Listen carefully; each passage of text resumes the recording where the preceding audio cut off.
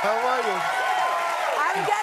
First of all, you look so dapper. I love your vibe. You know, we did a big brown thing last time we were here, and I think you're on the brown We didn't even mean to. So I think it's in my new Kelly look. I like it. Brown's good. It's an earthy color. Yeah. I like it. Congratulations. You're going to be a dad. I know, isn't that crazy, That's so exciting. Yeah. I'm so pumped. Are you freaking out? Look how beautiful. Oh, I don't know where you are, but congratulations. We were just in Maui. So, okay, it looks nice. Yeah. How did you get the news? How'd y'all find out? So we were leaving ACL, Austin City Limits, and we had the next day off, and she was like complaining of, you know, things that we thought were period, you know, symptoms. Yeah. And I was like, these have been going on for a little while. Yeah. You know, maybe we should check this out. And so we're in our hotel the next day. I don't remember where we're off, and weirdly, as we're driving through Austin, she had never been to a Buc-ee's before, which is my favorite place in the whole world. Yeah. And so I was like, you got to go. Half my wardrobe is Buc-ee's.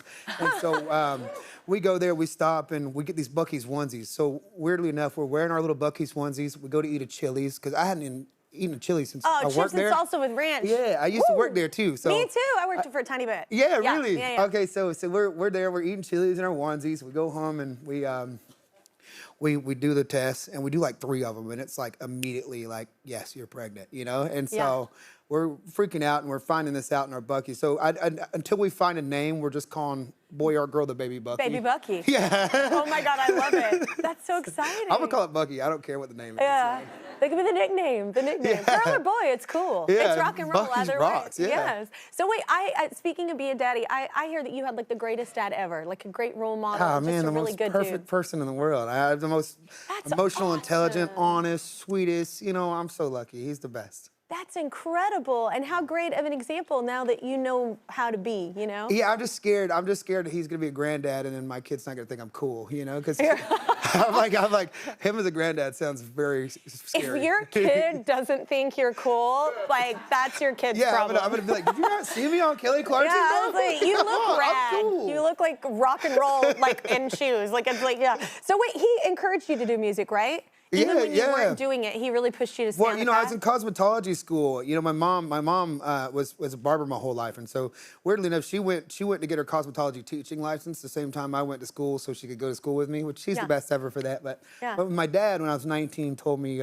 son, if you want to do music, bud, then you gotta drop out, man. You're never gonna make it if you don't focus on this. And I think most parents do not say you should drop out. I know, but I'm telling you, I say this all the time. It's like for any parent that is like. There's a kid that has a dream, just do not take lightly the power of like giving your kid that permission, because that's all I needed was like, son, drop out, do that, man. You're gonna make it if you do it. If you don't put all your effort into it, it's not gonna work. Why not try? You'll regret it later. Yeah, and at the time I was screaming in a metal band, so I don't know why the hell he would say that. Yeah. Because he didn't like that music at all, but he was like, I think you can do it, bud. So just shout out to him for hating that, for me being bad at the time. But you don't have to like it or understand it to support it. Yeah, exactly. Yeah. He's the best daddy. Yeah. Oh, I love that you call him daddy. That's yes, my man. All right. So what was it like calling, like after that, pushing you to do what you want to do? What was it like calling him, telling me you were nominated for a Grammy? Dude, the same answer I got for the Grammys was the same thing that I told him he was going to be a granddaddy. It was just, hot dog, son. Look what you did, buddy. Look what you did. We cried and cried, man. I can't. I would probably cry and just talking about him. I can't not cry. He's the world. If you get a hot dog, you know you did something right. You know. Yeah. What I mean? Oh my God, I love it. All right. Well, Teddy recorded some of that call, so let's see it. I just got nominated for Best New Artist at the Grammys. Yeah. Right. Hot dog. Look what you've done, baby. Nominated. It's amazing. You know, it's cool, bro. It is. I'm so proud of you, baby. Oh my God, what a beautiful thing. That's so special. I can't. I've watched this video 1,000 times. I'm just like, ooh. I know, but you know what? You hear a lot of us bitching about how we didn't have good daddies. But, but you don't hear enough people like, screaming at the top of their lungs, like, my dad was incredible and my mom was incredible for me. Like, it's a really beautiful thing to celebrate. So starting out, how did you, because your voice is so, we've talked about this before, but your voice is so perfectly raspy, lived in, there's just story in it without you even you know, reciting any lyrics. Like, how did you know? Has your voice always been like that? No, I was so bad for a long time. Yeah. I can't stand listening to myself younger. Oh, I can't stand to listen to myself half the time now. You know what I mean? You're like, I should have done this. I'm like, ew. Yeah. I was, even when you're at a restaurant and somebody plays your song, I know it's out of respect, but I'm like, oh, please don't play my voice right now. Man. I hear it all the time in 4 different rooms, you know? Yeah. But I think, you know, you learn there. I don't want to take away from the gift, because I think God did give me a gift, but I think the gift is this like urgency and this desire and hunger to become something great, you know? But I definitely didn't start out there. I was really, really bad. Yeah. Which I think is kind of interesting. look I think at that. look at you. This is amazing. I think what's important to tell, we're bringing out all the scrapbooks. No. No, but I think it's important to tell vocalists that too, because even when I work with people, like, and I've worked with kids on The Voice, it's like, or adults on The Voice, I shouldn't say kids. I'm just older than most of them. But anyway, when you work with them, it's everybody always, it's not right off the bat. You know, even our bands that we love, like U2, it was amazing when they started, but they don't sound like they do now. You know what I'm saying? It's that experience of like being on the road and living in your voice for a minute and becoming stronger. Yeah.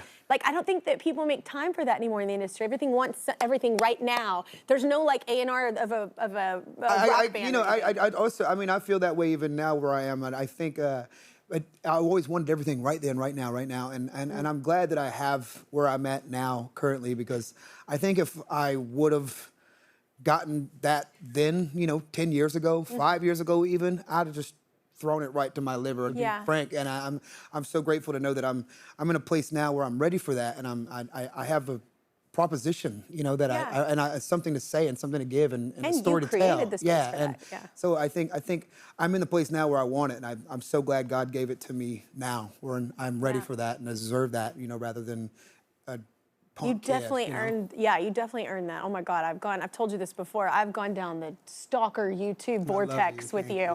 I like, just, man, your voice is so gold. We need some commercials though, because we don't have gold and we have to pay bills. So I'm handing things over to Isabella. Hi, Kelly and Teddy. So I've been playing the violin for 14 years now. And while I grew up playing classical music, lately I've been exploring other genres. Teddy, right now I'm working on your song, Lose Control, bringing it to life in a whole new way. You both bring such beautiful music into the world. Stay here. Kelly has more with Teddy next. We are back with Teddy Swims, y'all. His new album is called I've Tried Everything But Therapy Part 2. It's out now. So I've heard that you've I said Sue, I don't know why I said it like that, but I've heard that you've referenced the album as in like an evolution. Rather than like a sophomore kind of album, it's more of an evolution of your first one, right? Yeah, because I felt that, you know, in the first one, it was just, I was in a really bad, you know, emotional place, and with a person that was, you know, not very good. And I think I didn't want to leave the listener like that, you know, or myself like that. I think now that I've gone out and I've been fallen in love again, having a child, you know, had success and done therapy now, I think I wanted to sing from the place of, on the other side of that heartbreak, a year and something later, there is love and support, and there's, you know, if you just keep going, it gets better. And so I think this is the perfect closure on, it gets better, you know, and love and support is on the heart of that, on the other side of that heartbreak and turmoil, you know. Which I think is perfect to put out, because, man, there's nothing like when you're in it, you do, and people are like, don't worry, it's gonna get better. You just want to give him the bird all day long. Because you're like, I'm not there yet. And it's like, there's just darkness. Like, join me. So it's nice to like show the light, like, because it does happen eventually, but it takes a minute. It takes a lot of work. And a lot of self-love and unlearning and you know, how you think about what love is supposed to be. Yeah, so much unlearning that I've Are done, you better at communicating that? Because my problem, and I feel like any kind of relationship, friendship, whatever, that's why I often write a lot. I have to write to figure out where I'm at, or what I'm feeling, and then I have a conversation with someone. Yeah, and I think it's been wonderful too, because you know, me and Raish, even as we're getting ready to have this child, we've started even couples therapy to make sure that we're both in a place where our communication is good and we're both in a healed space, that we listen to my baby right there. That way, look at those sexy ass freckles. I know, she's gorgeous, man. Oh my I know, God, those are beautiful. So cute. She's gonna be pumped when she sees this. She's like, those are so sexy. Yeah, but that's good that you're working. Yeah, it's like we want to bring this baby into a healed play. I mean, of course, we still gonna have baggage, you know, but I wanna be able to have our moments and, you know. Maybe it's like nice Louis baggage, though, you know? Yeah, it's not like, you know, this isn't a hand-me-down. Yeah. I worked hard for this. Yeah. It's like better baggage. But you use your voice notes, which I do as well. Like when you're writing, your little voice memos, is that what do you ever, like, I don't know why, but I write so much in the shower. I get inspired. So I have to keep my phone so I don't forget it. So I'm literally hanging out my shower with my voice all notes. the time. Like, and my kids are like, what are you doing? We're waiting to watch Harry Potter. And I'm just sitting there like singing a song. Dude, I've even tried to catch stuff on a plane too. And I think I get it. And it's like, I was so angry. We were coming back and the whole band, we were all in the plane, we were doing like a one-off. And I was like, oh my God, this is so cool. And I was like, what did that sound like? And all you hear is, yeah. And I was like, oh, I was too quiet. I was like, that sucks. Yes. I use them all the time, though. They're so helpful. Dude, my worst ones are the sleep ones, you know? When you wake up from a dream and you think you have, like, the perfect thing and you've recorded it in the middle of the night. And then you wake up and you listen to it. And usually it sounds something like this. I tried to find one earlier and I couldn't. And so it usually sounds like, okay, so it goes like, and then the verse goes like, and I wake up like, thank God I got it. Here it goes, boys. We got a hit. And I'm listening, it's just like, It's like, what is this? I know. I was like, I have the best melody idea. And I was like, I sang it down. I was like, I woke up the next morning, afternoon, and I was like, I was like, this gonna be fire.